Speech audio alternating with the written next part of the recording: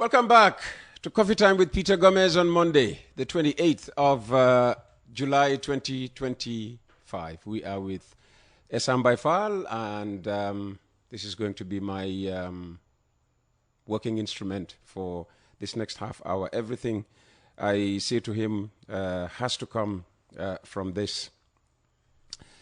Greetings, Uncle Peter and Mr. Essa by Faal. Greetings to you too. All right. I want to ask Mr. Faal, doesn't he think he should join with the UDP and other serious political parties to salvage Gambia from sinking, because we have already sunken? And this is from Alex Badunyang. Mr. Nyang, thank you for an important question. I do receive a lot of criticism from UDPians, especially a number of them in the diaspora. Not because we have differences in policies, but a lot of them think that I should not be on my own. I should not be leading a separate party. A lot of them really push the idea that I should be part of the UDP and help remove this borough government. I do not have... There was a time when your visions, at least publicly, looked aligned. Just after 2021, when they decided to go to court, and you supported the idea. Yes, I supported the idea that they should go to court because they had a grievance. And I do believe that the forum really... They had a grievance that mirrored yours, I suppose. Not fully. Yeah. I had a grievance which I could not prove. They had a grievance which they believed they could prove. So I supported them to go to court to fight for that. And I would do it again if it happens, because this is a matter of rights. UDP has a right to go to court to have their disputes resolved, because we have a democracy. We don't want our country burnt. We don't want to be fighting for our ideas in the streets. This has to be dealt with in a civilized manner and in court. So I applauded the UDP for going to court. I would do it again if it becomes necessary. So that comes from my values, also as a good citizen and also as a lawyer. But what this person is calling for is a coalition. I support a coalition with UDP and with all other parties, because the more fragmented we are, the greater the chances of the NPP winning. But the more united we are, we reduce their chances of winning. And to be quite candid, if we have a UDP government beyond NPP government, with all due respect to UDPians, I'm saying if we would have an NPP government beyond 2026, that'll be a terrible disaster for this country. Because they have proven time and time again that their only vision for government or for economic prosperity in this country is borrow and spend. Okay, that point was clearly made earlier. Hello, Peter.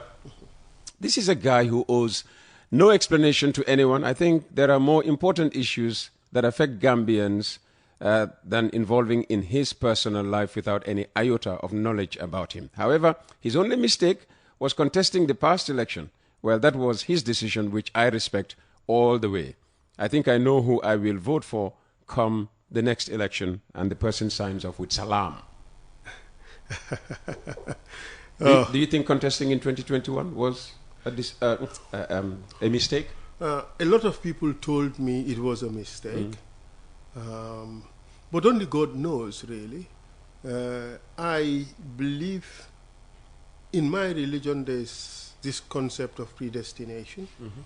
God charts out a path for you, and I accept wholeheartedly. I had a humiliating defeat in 2021.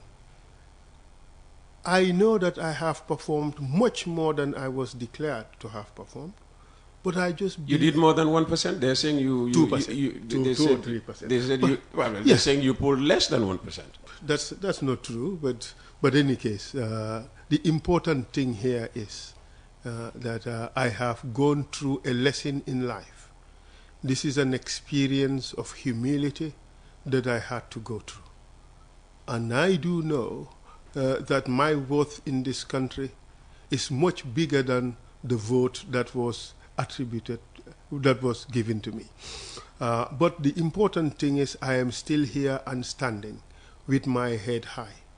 I have nothing to be ashamed about. All I was trying to do is to fight for my country. Okay. Even if I would have 0 votes next election, I'll be happy that I stood for the values I believe in. I stood for the interest of the Gambian people, whether they vote me in as president or not.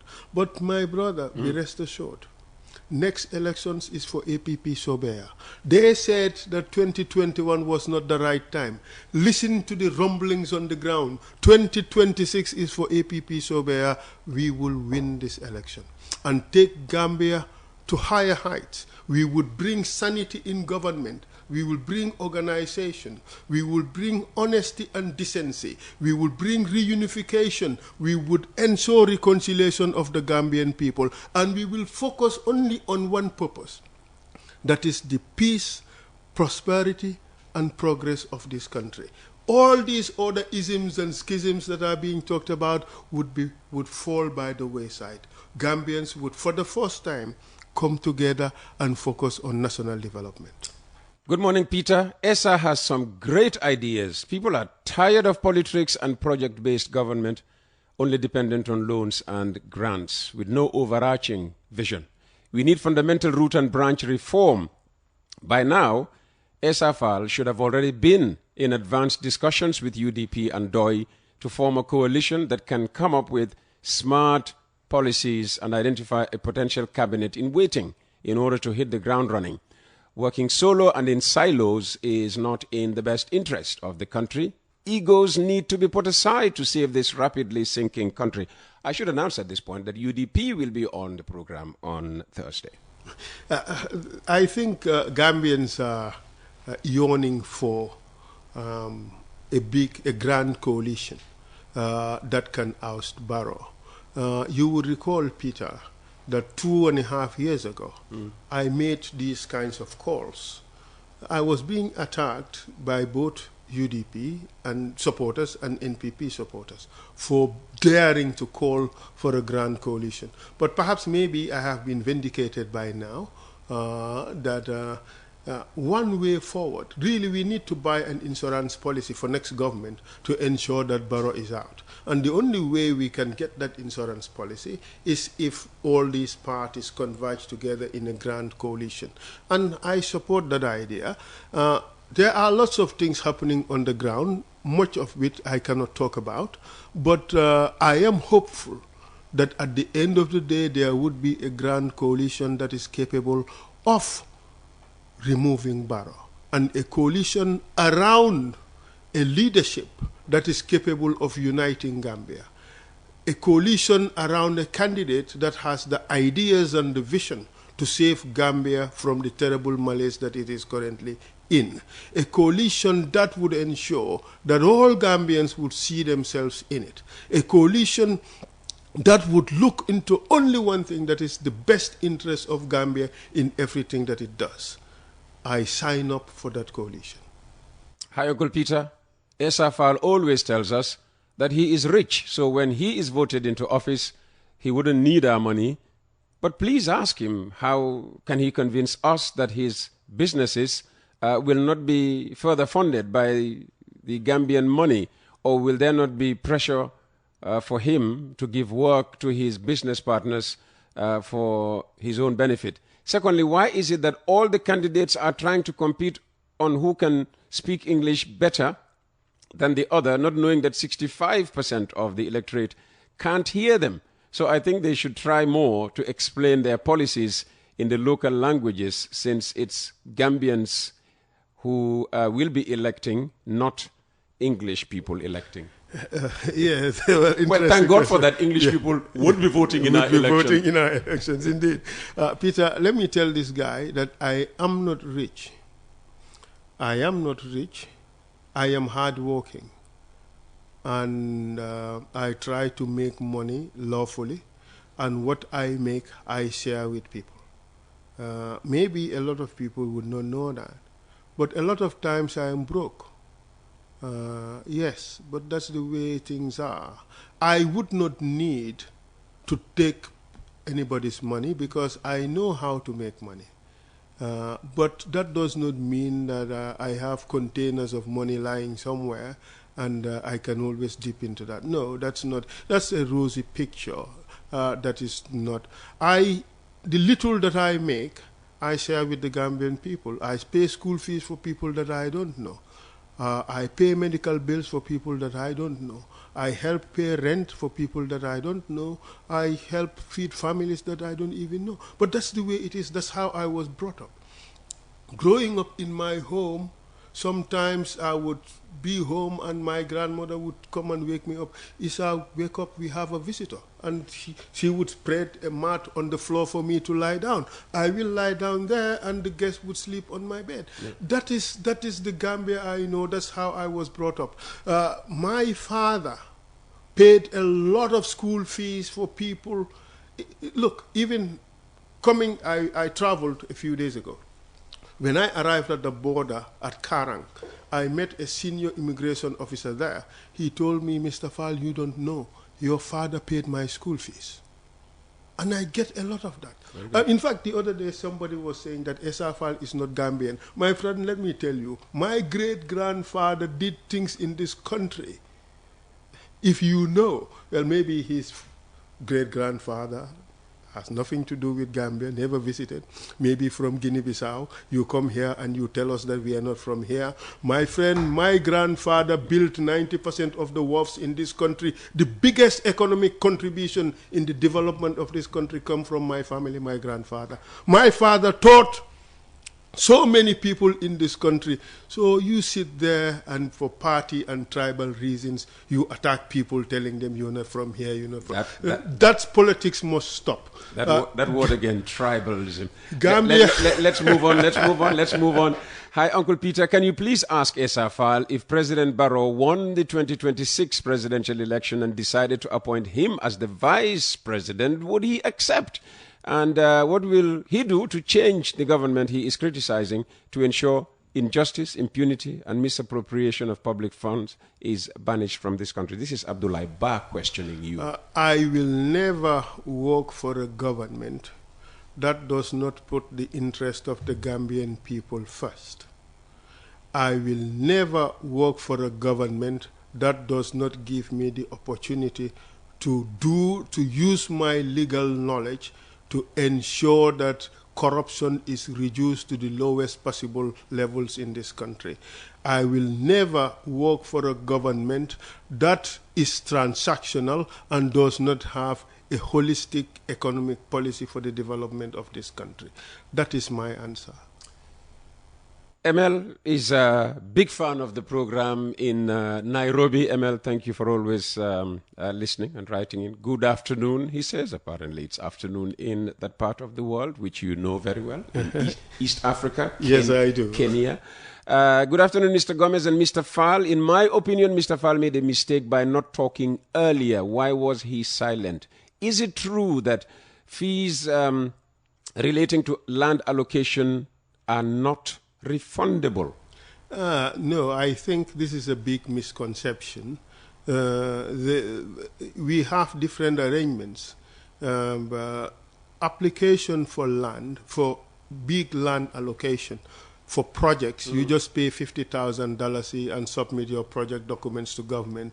They have a committee that evaluates these things and decide on the allocation. That is different from the GTB process. Gambia Tourism Board process, yes, you pay $55,000 for the forms and processing for land allocation. But this is about hotels. So previously the arrangement was if you're given land to build hotels, you pay 5% of the cost of the project. And once you start building, the money is returned to you to help you complete the project.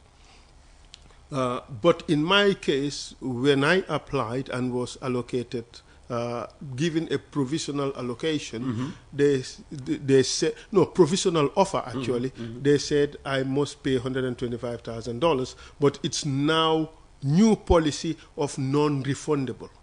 So they now call it as a levy. Previously, it was not a levy, but during my time, they called it a levy, a change in policy and so forth. I agreed to the change in policy, fine, because I believed in the vision at the time. Remember, when I was being encouraged to do this, I was sold the idea of a new Gambia in which Gambians from abroad can come and invest in their country and their investment is protected. That Gambians are given an opportunity to invest in their country instead of giving all the investment opportunities to foreigners. We are being told that the new Gambia is a corrupt-free Gambia in which you can come and invest and everything is guaranteed to go through properly. That is the idea that I was sold. And I accepted the idea because that is what I have always wanted for my country. That Gambia is a Gambia in which people can come and invest and everything would go well. And what's been your experience? You know, I was so convinced that I called my project New Gambia Resort. Because I bought into this New Gambia idea. My experience is it's worse than before. Previously, it was only Jami who will block you. Now you're being blocked from left, right, and center, and including by administrative officials who will arrogate to themselves power that they never have, simply because maybe they don't like a person, they don't like the language the person speaks, or they don't like the person's politics. These are terrible things in our country which we must change. And that is one of the reasons why I'm running for president, because I do believe that every Gambian deserves to have clear rules in which all of us would have to go through to achieve the best that we can achieve in our country. Instead of having one set of rules for these people and a different set of rules for that other people. Also, we don't want a Gambia in which everything would go to foreigners. Look at those allocations. I'm the sole Gambian. The others are from? Well, Nando is supposed to be Indian. Kalilu Wage is supposed to be Senegalese. I don't even know whether the allocation to Kalilu Wage is a prête nom, as they would do in Senegal, or is it a genuine allocation to Kalilu Wage. These are things that Gambians should investigate instead of focusing on whether Essa has been given land. Who's Kalilu Wage? That's the first question. What is his relationship with the first family? What has he done for the first family? Is he the kind of... Why pick the first family? You could have named a minister or something else. Well, because... You know there are relations between Kalilu Wage and the first family? Well, we've seen videos circulate. The president saying that he was given the vehicle he was campaigning with by Kalilu Wage. It's the president who said it. We know that Kalilu Wage has been given a monopoly for importing flour in this country. Can you imagine? Do you think Senegal would ever give a Gambian a monopoly in Senegal? Do you think that would ever happen? So much for our patriotism. I'm trying to squeeze in as many. It's already 11 o'clock. I should be saying goodbye, but you can't ask people to send in text messages and you don't try to take as many as possible. Musa Kasatal, I think it is high time to get a mindset not to vote for party but competent personnel when it calls for presidential positions, meaning an independent candidate should just have, as equal an opportunity to win as somebody backed by a party. I do agree with those ideas, but generally also our elections are about personalities, more about personalities than about parties, really. And that is why I talked about a coalition led by an individual, not party-led coalition, but coalition led by an individual that is capable of winning, an individual who is capable of uniting or reuniting Gambia. That is the kind of candidate we need. Mahmoud Konjira, who signs off as an aspiring journalist. Good morning, Uncle Peter. I really appreciate the way Essa criticizes this corrupt government. Everything he says is valid, but I'm sure Dr. Cisse will skillfully counter his points tomorrow. If Essa puts his words into action and genuinely empowers Gambian youths, he could easily win an election and become president. And that's exactly why this government fears him and his words. Almost all youths support him except Mr. Kasongo, whoever that is. Let me just say that Konjira is right. Dr. Cisse is on West Coast Radio every Tuesday as long as he's in town. Or let me just say the Minister of Information. If he were sacked tomorrow and somebody else comes in, it becomes the responsibility of that person to be coming to this program, a privilege we have enjoyed for years and years and years, and for which we are appreciating the government to speak on behalf of the government. Because what I always say is we have more access and we project opposition ideas more every week than we do government ideas. Your response to that text message? I endorse this text message sent by Mr. Konjira. Yeah. I think it is spot on. Come December 2026, there will be a seismic change in Gambian politics. You would see a new government. I believe a new government led by Essa, Faal, and that would be, I believe, a turning point in Gambian history. It would bring about a situation in which there would be reconciliation and reunification of the Gambian people, to the extent that we are not as cohesive as we need to be, but more importantly, really, a government that would think logically and do things properly in the interest of the Gambian people.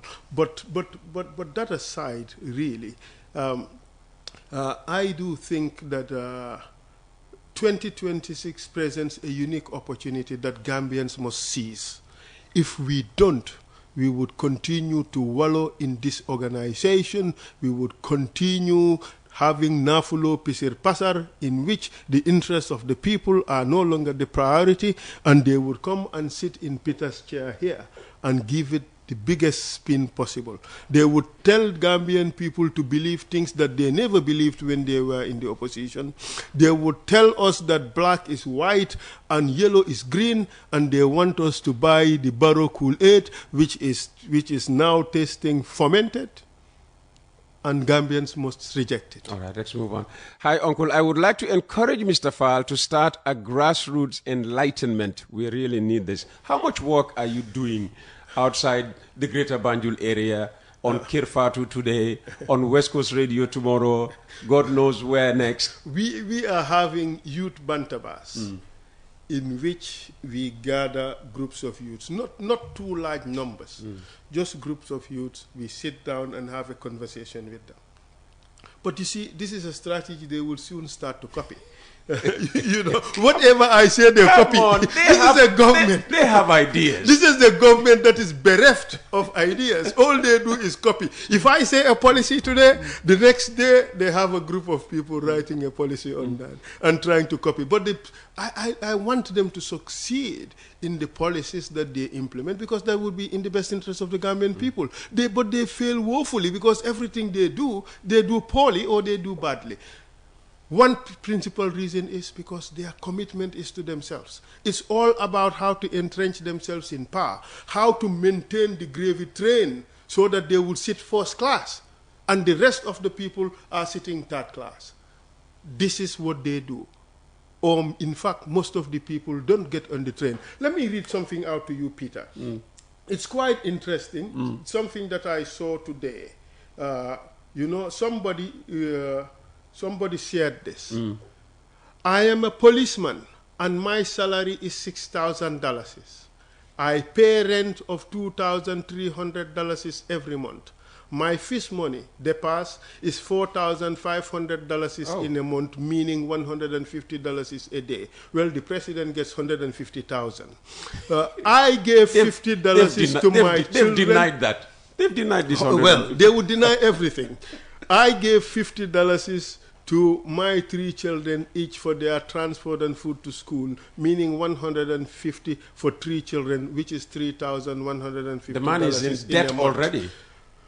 Let me finish. My cash power, credit, medical bills, other miscellaneous expenses in a month totals $2,800 a month. My total expenditure is $12,750 minimum in a month, and the government is only paying me $6,000. How can I serve my country right? My brother or my sister. That's telling. How can I serve my country right? So he is serving, or she is serving, but may not be serving the proper way. My brother or my sister, I feel your pain. A lot of Gambians share this same pain.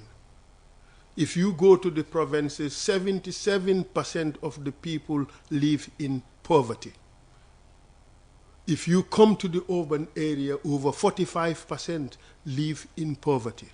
And let me tell you, urban poverty is even more acute than rural poverty.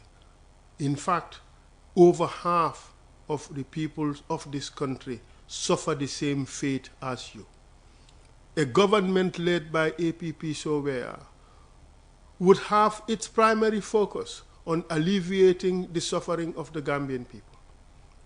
We would ensure that we have a fair and just society in which every Gambian, once you wake up in this country, you have a fair chance. Every Gambian who wakes up in this country should be able to get by.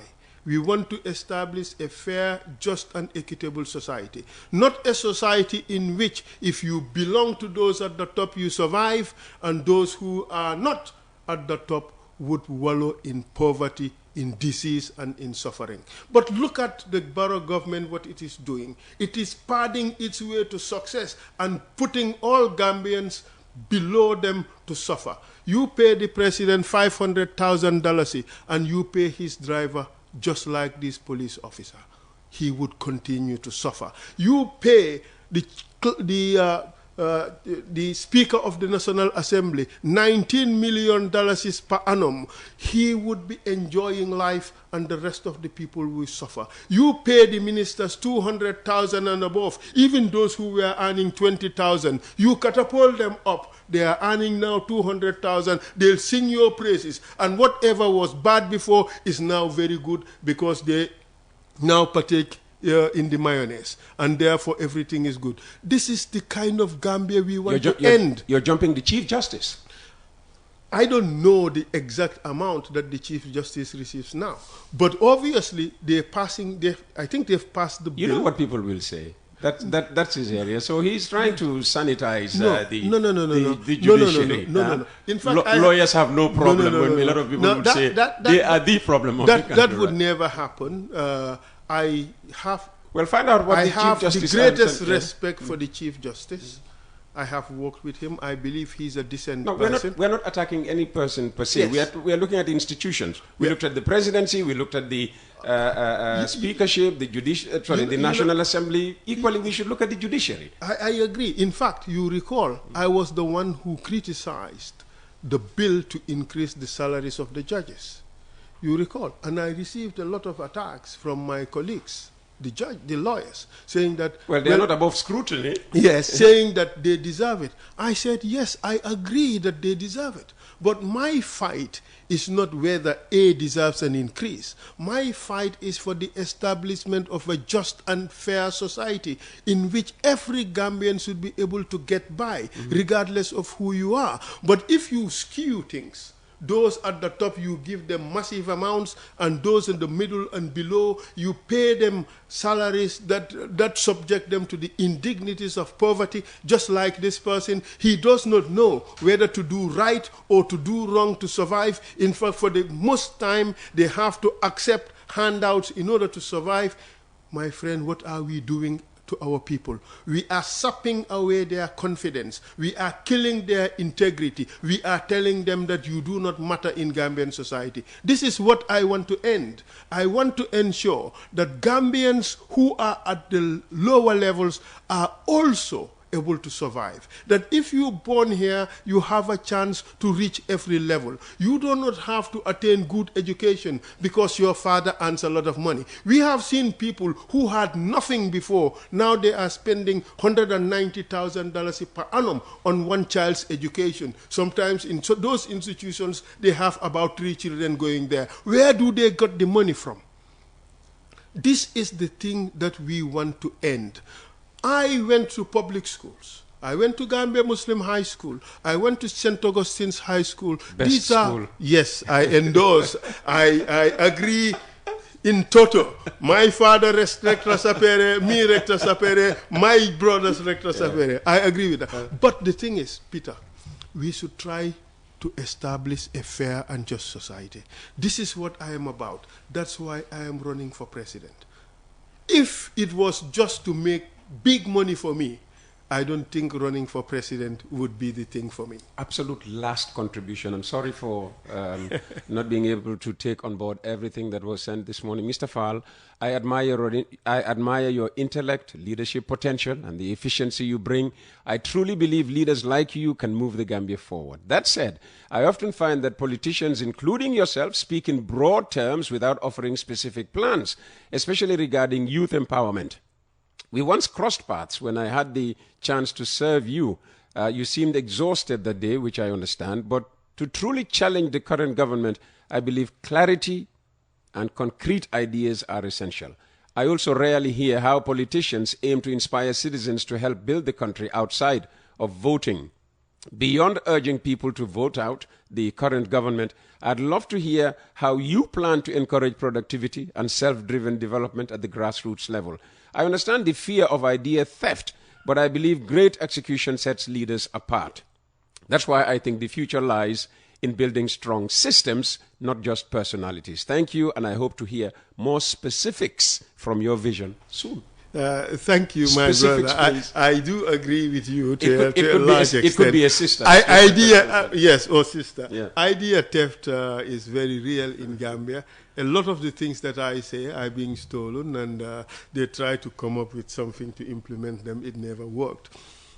But be rest assured that I have a very good plan for Gambian youth and women.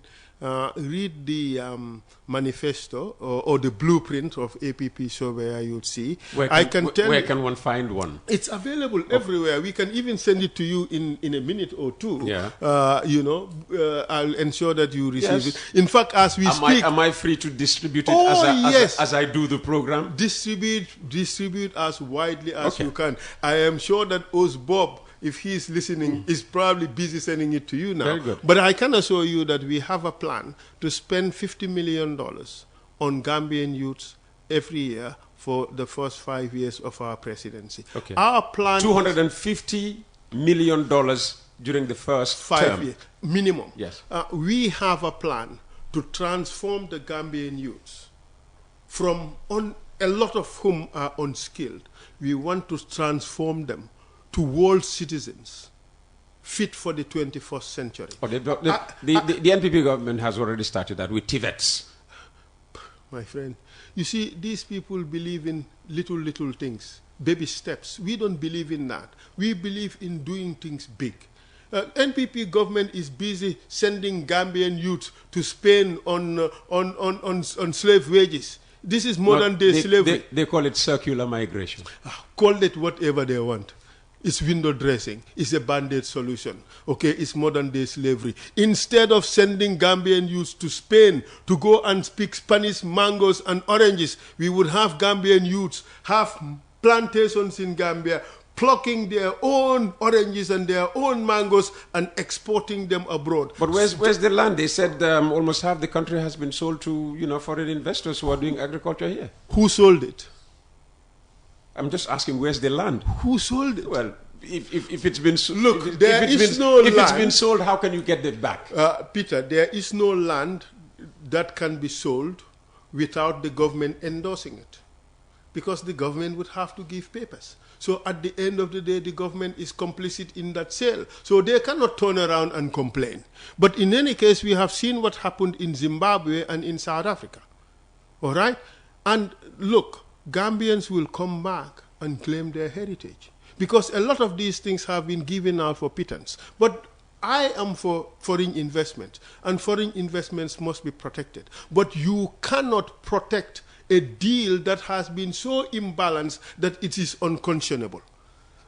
For those deals, we would have to renegotiate them or we renege them. But whatever it is, Gambian youths could be organized into cooperatives and given the opportunity to invest in their country. In fact, the farm that I am building with Wahiningen University is expected to have a training center in which Gambian youths would be trained in different forms of modern agriculture and given the opportunity to build their own farms. So instead of going to Spain to pluck mangoes for the Spanish farmer, you would have your own farm in Gambia and be cultivating your own mangoes and be plucking your own mangoes. Instead of helping enrich the Spanish farmer on slave wages, you enrich yourself in Gambia and invest in this country. That is what we are about. That is what will bring transformative change in the country. It is not really sending people on your so-called secular migration. I mean, look at those in Saudi Arabia. How much are they earning? Sometimes it's a big disgrace. How much are they earning? Do you know? Some say $250 a month. Can you imagine? You might as well stay in Gambia. With rubber, you get more than that. No, you wouldn't. I mean, that policeman or policewoman only gets the police person. Come on, €100 is already more than $8,000. No, that is €88. But the police person did not tell you how much the rubber brings. Be careful. The IGP is listening. Well, I understand. I understand. In some police stations, they give you a target. My friend, you are the one on the streets. You have to bring $5,000 a day. I heard that. I don't know whether it's true. But you see, the important thing is we should pay our people enough. All right, even if it means have a leaner service. That's why they're taking all these loans in order to pay, this salary. No, they are taking these loans to buy big cars. They are taking these loans to pay per diem for trips. Do you know that there are some ministers in this country who've never spent 2 weeks in this country without traveling? Yes, sir. I'll put you on pause permanently at that point, as far as today is concerned. Thank you very much, Peter. Until you get the next invitation to coffee time. Thank you so very much for so much, Peter. Spending splendid time with us. Jar Oil. The company have filling stations across the country, and our rates are relatively cheaper than anyone else across the country. Jar Oil is the biggest producer and distributor of cement in the country with the most competitive prices in the market.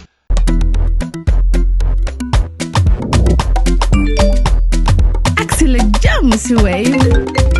Yo, apply. Yo, luta do dede. Luta mo nulo jel mo to nga andil mahalis. Hello? Bisul mo fine. What? Bisul mo fine. Oh. Yes! Wave Axina Gambia. Deposit and withdraw money, pay bills and buy mobile credit without fees. Transfer money wherever in the country for only 1% fee. At Wave.